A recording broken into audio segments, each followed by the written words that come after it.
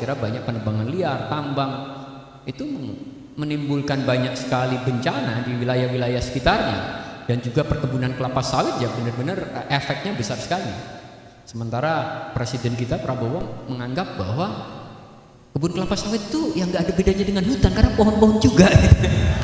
Di satu sisi negara punya aturan yang sangat ekstrim terhadap masyarakat adat, tapi satu sisi negara memberi ruang yang sangat longgar dan tidak tegas terhadap korporasi besar yang dianggap mendatangkan devisa. Itu yang terjadi di Indonesia. Ada perkembangan moral manusia yang dihasilkan oleh agama, sehingga kita boleh berbesar hati bahwa mestinya agama juga bisa mengerem hasrat yang rasa keserakahan yang intrinsik di dalam manusia, yang sekaligus juga difasilitasi oleh kapitalisme.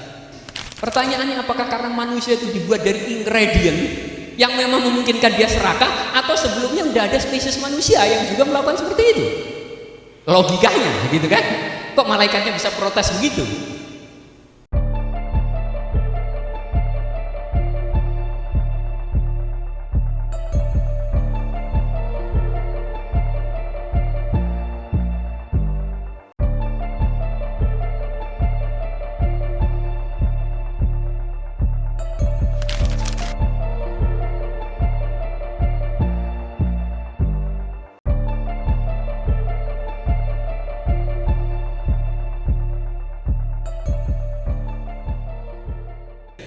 Ya, assalamualaikum warahmatullahi wabarakatuh. Alhamdulillahirabbil alamin wassalatu wassalamu ala asrofil anbiya'i wal mursalin sayyidina Muhammadin wa alihi washabihi ajmain wa ba'du. Selamat sore teman-teman. Saya tadi dikasih tahu katanya keynote speech. Ini bukan keynote speech. Ini sambutan tuan rumah, anggap aja begitu. Karena kalau keynote speech itu dia harus berbobot, bermutu. Saya bahkan nggak berpikir sebelumnya atau menyiapkan materi. Nah, pertama saya mengucapkan terima kasih karena teman-teman sudah hadir ya di forum diskusi ini. Saya nggak tahu ini udah yang keberapa kali, dan alhamdulillah saya kira di lingkungan Ciputat ini masih banyak teman-teman lah yang suka diskusi gitu ya, suka dengan dunia gagasan. Kan ada orang yang suka dunia gagasan, ada yang orang sukanya ngobrolin peristiwa gitu kan, ada orang yang sukanya ngomongin orang gitu. Ini masih beruntung gitu kan, banyak temen yang masih tertarik untuk ngobrolin gagasan. Nah, biasanya orang yang senang dengan dunia gagasan dia lebih mungkin berkembang daripada orang yang lebih senang dengan dunia ngobrolin orang. Nah, temanya ini deforestasi dalam perspektif Islam, anggap aja gitu ya, bagaimana Islam memandang deforestasi. Saya kira tidak mudah menjawabnya, walaupun bisa dibuat mudah, karena kita semua menganggap dan meyakini Islam itu melarang tindakan-tindakan yang menimbulkan kerusakan. Dan deforestasi adalah sesuatu yang secara global dianggap sebagai kerusakan, karena dunia sudah tidak seimbang. Saya kira hari ini jumlah hutan, jumlah tanah yang di atasnya ada pohonnya, ada keragaman hayatinya, itu kalah jauh dengan luas tanah yang di atasnya ada bangunan manusianya. Nah, kalau zaman dulu kan mungkin 10 abad yang lalu ya bumi masih dipenuhi oleh keragaman hayati, tumbuhan, binatang, hutan. Tetapi hari ini hutan itu tinggal sedikit, sehingga penebangan hutan dianggap sebagai sebuah perusakan. Beberapa abad yang lalu mungkin nggak dianggap begitu, dianggap orang buka desa baru gitu kan. Zaman dulu kita, zaman kakek-kakek kita gitu, orang nebangin pohon untuk membuka desa baru, nggak dianggap sebagai kerusakan. Karena pohon masih banyak sekali, lahan masih luas sekali, sehingga nggak menimbulkan efek buruk buat kehidupan. Tetapi sekarang yang namanya perpindahan manusia, entah dengan transmigrasi, buka perkembangan baru, itu bisa punya efek yang luar biasa. Apalagi deforestasi terutama bukan disebabkan oleh itu. Deforestasi terutama ya disebabkan oleh industri, perkebunan kelapa sawit, tambang, nah gitu kan, penebangan liar dan segala macam. Nah, deforestasi terjadi pada itu semua. Dan berlangsung termasuk di Indonesia. Indonesia termasuk negara yang masih punya hutan tropis terluas di dunia, sehingga banyak sekali negara-negara lain berharap Indonesia itu menjaga hutannya. Dan itu memang bagus, bukan hanya kepentingan bumi, tetapi ya kepentingan Indonesia juga, karena kita tahu, saya kira banyak penebangan liar, tambang itu menimbulkan banyak sekali bencana di wilayah-wilayah sekitarnya, dan juga perkebunan kelapa sawit ya benar-benar efeknya besar sekali. Sementara Presiden kita Prabowo menganggap bahwa kebun kelapa sawit itu yang nggak ada bedanya dengan hutan karena pohon-pohon juga.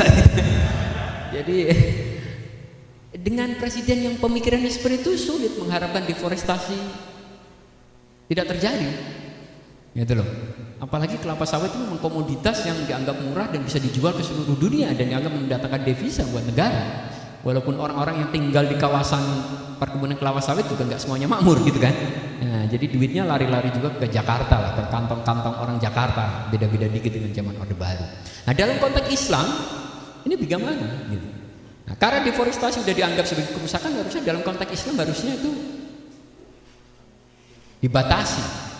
Namanya deforestasi kalau kategorinya sudah hutan harusnya dilarang. Kita membaca beberapa kasus warga yang dianggap masih tinggal di pinggir hutan dikeluarin, padahal dia udah tinggal di situ berpuluh-puluh tahun gitu kan. Alasannya melindungi hutan, karena itu kawasan hutan lindung yang nggak boleh ditinggali, padahal dia udah benar. Di satu sisi negara punya aturan yang sangat ekstrim terhadap masyarakat adat, tapi satu sisi negara memberi ruang yang sangat longgar dan tidak tegas terhadap korporasi besar yang dianggap mendatangkan devisa. Itu yang terjadi di Indonesia. Dan ya sumbernya keserakahan manusia. Mungkin keserakahan bahasa yang terlalu ini, menurut saya kita harus membaca bahwa ini efek kapitalisme. Sebelum era kapitalisme pembabatan hutan nggak ini. Orang kampung 1 abad yang lalu nggak akan menebang hutan nyampe bertonton, berkibik-kibik. Mau dipakai apa? Ya kan? Nggak ada tempat menyimpannya. Orang hanya menebang hutan untuk kayu bakar, untuk bangun rumah secukupnya. Tetapi kapitalisme di era di mana uang sudah ditemukan, dan bukan hanya uang, sekarang surat berharga, orang bisa nebang hutan nyampe nilainya itu 1 kabupaten diubah dalam 1 kertas dengan nilainya sekian triliun. Jadi nggak ada keterbatasan tempat untuk menumpuk hasil pembabatan hutan.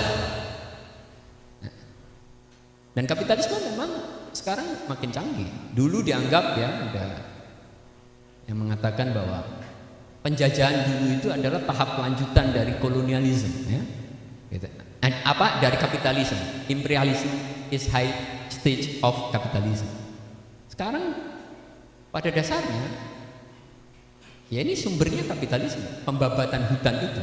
Kita bisa membayangkan kalau ada pembatasan kekayaan gitu, atau menyimpan kekayaan itu nggak semudah hari ini di dalam wallet, di dalam rekening bank, dalam saham, di dalam surat berharga.